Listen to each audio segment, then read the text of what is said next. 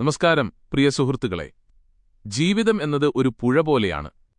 ചിലപ്പോൾ അത് ശാന്തമായി ഒഴുകും, എന്നാൽ മറ്റ് ചിലപ്പോൾ വലിയ തിരമാലകൾ നമ്മെ ഉലച്ചെന്നു വരാം. പക്ഷേ ഈ പ്രപഞ്ചത്തിലെ ഓരോ ചലനവും നക്ഷത്രങ്ങളുടെ ഓരോ മാറ്റവും നമ്മുടെ ജീവിതത്തിൽ വലിയ സ്വാധീനം ചെലുത്തുന്നുണ്ടെന്ന് നിങ്ങൾക്കറിയാമോ? വരാനിരിക്കുന്ന ദിവസങ്ങൾ നിങ്ങളുടെ ജീവിതത്തിൽ എന്ത് മാറ്റമാണ് കൊണ്ടുവരാൻ പോകുന്നത്? ആരൊക്കെയാണ് ഭാഗ്യത്തിന്റെ കൊടുമുടിയിലെത്തുക? ആരൊക്കെയാണ് അല്പം കരുതലെടുക്കേണ്ടത്? ഈ ആഴ്ചയിലെ സമ്പൂർണ്ണ നക്ഷത്രഫലം വളരെ വിശദമായി തന്നെ നമുക്കൊന്ന് പരിശോധിക്കാം. ഇത് കേവലം ഒരു പ്രവചനമല്ല, മറിച്ച് വരാനിരിക്കുന്ന തടസ്സങ്ങളെ അതിജീവിക്കാനും അവസരങ്ങളെ കൈപ്പിടിയിലൊതുക്കാനും നിങ്ങളെ സഹായിക്കുന്ന ഒരു വഴികാട്ടിയാണ്. അതുകൊണ്ട് വീഡിയോ ഒട്ടും സ്കിപ്പ് ചെയ്യാതെ അവസാനം വരെ കാണാൻ ശ്രമിക്കുക, കാരണം നിങ്ങളുടെ നക്ഷത്രം ഏതുമാകട്ടെ, ഓരോ നിമിഷവും നിങ്ങൾക്ക് നിർണായകമാണ്. ആദ്യം നമുക്ക് മേടക്കൂറുകാരുടെ കാര്യമെടുക്കാം. അശ്വതിയും ഭരണിയും കാർത്തികയുടെ ആദ്യ ഭാഗവും ചേർന്ന മേടക്കൂറുകാർക്ക് ഈ ആഴ്ചയുടെ തുടക്കം അല്പം പരീക്ഷണങ്ങൾ നിറഞ്ഞതാണ്. തിങ്കളാഴ്ച വരെ കാര്യങ്ങൾ വിചാരിച്ച പോലെ നടന്നെന്നു വരില്ല. ചെയ്യുന്ന കാര്യങ്ങളിൽ തടസ്സങ്ങൾ നേരിടാം. മനസ്സിന് ഒരുതരം അസ്വസ്ഥതയും ധനപരമായ ബുദ്ധിമുട്ടുകളും നിങ്ങളെ വേട്ടയാടിയേക്കാം. ഒരുപക്ഷെ ചില വേദനാജനകമായ അനുഭവങ്ങൾ പോലും ഉണ്ടായെന്നു വരാം. മറ്റുള്ളവർ നിങ്ങളെ ചില കാര്യങ്ങളിൽ നിന്ന് മാറ്റി നിർത്താൻ ശ്രമിക്കുന്നതായി നിങ്ങൾക്ക് തോന്നാം. എന്നാൽ നിരാശപ്പെടരുത്, കാരണം ചൊവ്വാഴ്ച മുതൽ നിങ്ങളുടെ ഭാഗ്യം തെളിയുകയാണ്. അവിടെ നിന്നങ്ങോട്ട് കാര്യവിജയത്തിന്റെയും അംഗീകാരത്തിന്റെയും കാലമാണ്. മുടങ്ങിക്കിടന്ന ചർച്ചകൾ പുനരാരംഭിക്കാനും വിജയിപ്പിക്കാനും നിങ്ങൾക്ക് സാധിക്കും. പ്രിയപ്പെട്ടവരുമായി ഒത്തുചേരാനും ഉല്ലാസയാത്രകൾ പോകാനും ഈ സമയം അനുയോജ്യമാണ്. ബിസിനസ്സിൽ ഏർപ്പെട്ടിരിക്കുന്നവർക്ക് പുതിയ വാതിലുകൾ തുറക്കപ്പെടും. അധ്യാപകരിൽ നിന്നും മേലധികാരികളിൽ നിന്നും വലിയ പ്രശംസകൾ നിങ്ങളെ തേടിയെത്തും. അതുകൊണ്ട് തുടക്കത്തിലെ തടസ്സങ്ങളിൽ തളരാതെ ചൊവ്വാഴ്ചയ്ക്കായി കാത്തിരിക്കുക. അടുത്തത് ഇടവക്കൂറുകാരാണ്. കാർത്തികയുടെ അവസാന മുക്കാൽ ഭാഗവും രോഹിണിയും മകയിരത്തിന്റെ ആദ്യ പകുതിയും ചേർന്നവർ. വ്യാഴാഴ്ച പകൽ 2 മണിവരെ നിങ്ങൾക്ക് അല്പം കണ്ടകശനി പോലെ കഠിനമായ സമയമായിരിക്കും. പരീക്ഷകളിലോ യാത്രകളിലോ വിചാരിക്കാത്ത പരാജയങ്ങൾ സംഭവിച്ചേക്കാം. ബിസിനസ്സിൽ ചെറിയ നഷ്ടങ്ങൾക്കും സാധ്യതയുണ്ട്. സുഹൃത്തുക്കൾ തന്ന വാക്ക് പാലിക്കാത്തത് നിങ്ങളെ മാനസികമായി തളർത്തിയേക്കാം. എന്നാൽ വ്യാഴാഴ്ച ഉച്ചയ്ക്ക് ശേഷം കാറ്റ് തിരിഞ്ഞു വീശും. തടസ്സങ്ങളെല്ലാം നീങ്ങി ആഗ്രഹങ്ങൾ ഒന്നൊന്നായി നടപ്പിലാകും. ശത്രുക്കളുടെ ശല്യം കുറയുകയും മത്സരങ്ങളിൽ വിജയം കൈവരിക്കുകയും ചെയ്യും. ഒരു സൽക്കാരയോഗം പോലും നിങ്ങളുടെ ഗ്രഹനിലയിൽ തെളിയുന്നുണ്ട്. മിഥുനക്കൂറുകാരുടെ അവസ്ഥ നോക്കിയാൽ ആഴ്ചയുടെ തുടക്കം വളരെ മനോഹരമാണ്.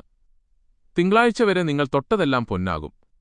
സ്ഥാനമാനങ്ങളും അംഗീകാരങ്ങളും നിങ്ങളെ തേടിവരും.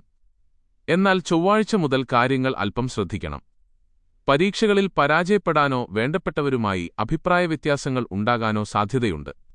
പുതിയ കോഴ്സുകൾക്കോ ജോലിക്കോ ശ്രമിക്കുന്നവർക്ക് ഈ സമയം അല്പം പ്രതികൂലമാണ്.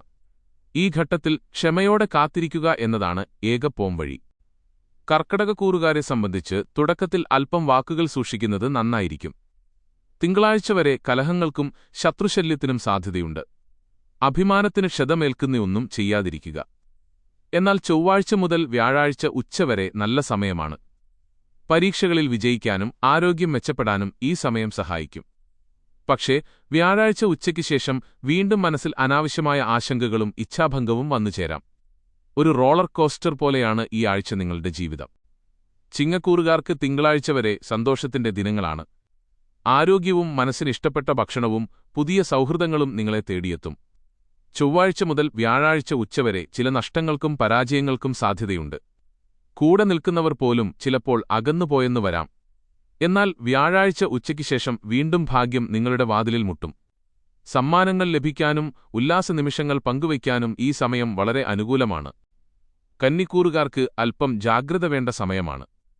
ആഴ്ചയുടെ തുടക്കത്തിൽ അനാവശ്യമായ അലച്ചിലും ധനനഷ്ടവുമുണ്ടായേക്കാം. പ്രത്യേകിച്ച് ഇരുചക്രവാഹനങ്ങൾ ഉപയോഗിക്കുന്നവർ വളരെ ശ്രദ്ധിക്കണം. ചൊവ്വാഴ്ച മുതൽ വ്യാഴാഴ്ച വരെ നല്ല സന്ദേശങ്ങൾ ലഭിക്കാനും പുതിയ കോഴ്സുകളിൽ പ്രവേശനം നേടാനും സാധിക്കും. പക്ഷേ വ്യാഴാഴ്ച ഉച്ചയ്ക്ക് ശേഷം വീണ്ടും ചില തർക്കങ്ങൾക്കും കലഹങ്ങൾക്കും സാധ്യത കാണുന്നുണ്ട്. തുലാക്കൂറുകാരെ സംബന്ധിച്ച് ഇതൊരു സമ്മിശ്രവാരമാണ്. വായ്പകൾക്കായി ശ്രമിക്കുന്നവർക്ക് തിങ്കളാഴ്ച വരെ നല്ല സമയമാണ്. ബിസിനസ്സിൽ പുതിയ സാധ്യതകൾ കാണുന്നു. ചൊവ്വാഴ്ച മുതൽ വ്യാഴാഴ്ച ഉച്ചവരെ ചെലവുകൾ കൂടാനും പരീക്ഷകളിൽ തടസ്സങ്ങൾ നേരിടാനും സാധ്യതയുണ്ട്.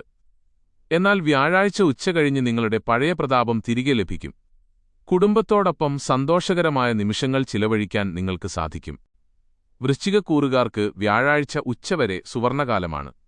സ്ഥാനക്കയറ്റം, ആഗ്രഹിച്ച സ്ഥലം മാറ്റം, തൊഴിലന്വേഷണങ്ങളിലെ വിജയം എന്നിവ നിങ്ങളെ തേടിയെത്തും. എന്നാൽ വ്യാഴാഴ്ച ഉച്ചയ്ക്ക് ശേഷം നിയമപരമായ പ്രശ്നങ്ങളിലോ പാഴ്ചെലവുകളിലോ ചെന്നുചാടാതെ ശ്രദ്ധിക്കണം. ധനുക്കൂറുകാരുടെ കാര്യം പറയുകയാണെങ്കിൽ തുടക്കത്തിലെ പ്രതിസന്ധികൾ ചൊവ്വാഴ്ചയോടെ മാറും. ഉദരസംബന്ധമായ അസുഖങ്ങൾ അലട്ടിയേക്കാമെങ്കിലും ആഴ്ചയുടെ മധ്യത്തോടെ നിങ്ങൾ പൂർണ്ണ ആരോഗ്യവാനായി തിരികെ വരും. തൊഴിൽ രംഗത്ത് വലിയ പുരോഗതിയും സ്ഥാനക്കയറ്റവും നിങ്ങളെ കാത്തിരിക്കുന്നുണ്ട്. മകരക്കൂറുകാർക്ക് ഈ ആഴ്ച അല്പം കഠിനമാണ്. അപകടഭീതിയും ശരീരക്ഷതവും കാണുന്നതിനാൽ യാത്രകളിൽ അതീവ ജാഗ്രത പുലർത്തണം. അധികാരികളിൽ നിന്ന് മോശമായ പ്രതികരണമുണ്ടായേക്കാം. എങ്കിലും വ്യാഴാഴ്ച ഉച്ചയ്ക്ക് ശേഷം തടസ്സങ്ങൾ നീങ്ങിത്തുടങ്ങും. കുംഭക്കൂറുകാർക്ക് തിങ്കളാഴ്ച വരെ കാര്യങ്ങൾ അനുകൂലമാണ്.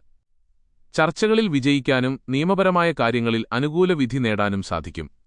എന്നാൽ അതിനുശേഷം പരീക്ഷകളിലോ അഭിമുഖങ്ങളിലോ പരാജയം സംഭവിക്കാൻ സാധ്യതയുള്ളതിനാൽ കൃത്യമായ തയ്യാറെടുപ്പുകൾ നടത്തുക. അവസാനമായി മീനക്കൂറുകാർ. വ്യാഴാഴ്ച ഉച്ചവരെ നിങ്ങൾക്ക് മികച്ച അവസരങ്ങളുടെ കാലമാണ്. പുതിയ കോഴ്സുകൾക്ക് പ്രവേശനം നേടാനും ആഗ്രഹിച്ച കാര്യങ്ങൾ പൂർത്തിയാക്കാനും ഈ സമയം ഉപയോഗിക്കണം. എന്നാൽ വ്യാഴാഴ്ച ഉച്ചയ്ക്ക് ശേഷം ശത്രുശല്യവും സാമ്പത്തിക നഷ്ടവും വരാൻ സാധ്യതയുള്ളതിനാൽ ജാഗ്രത പാലിക്കുക. ജീവിതം എന്നും ഒരുപോലെയായിരിക്കില്ല. ഗ്രഹനിലകൾ മാറുന്നതിനനുസരിച്ച് നമ്മുടെ സാഹചര്യങ്ങളും മാറും.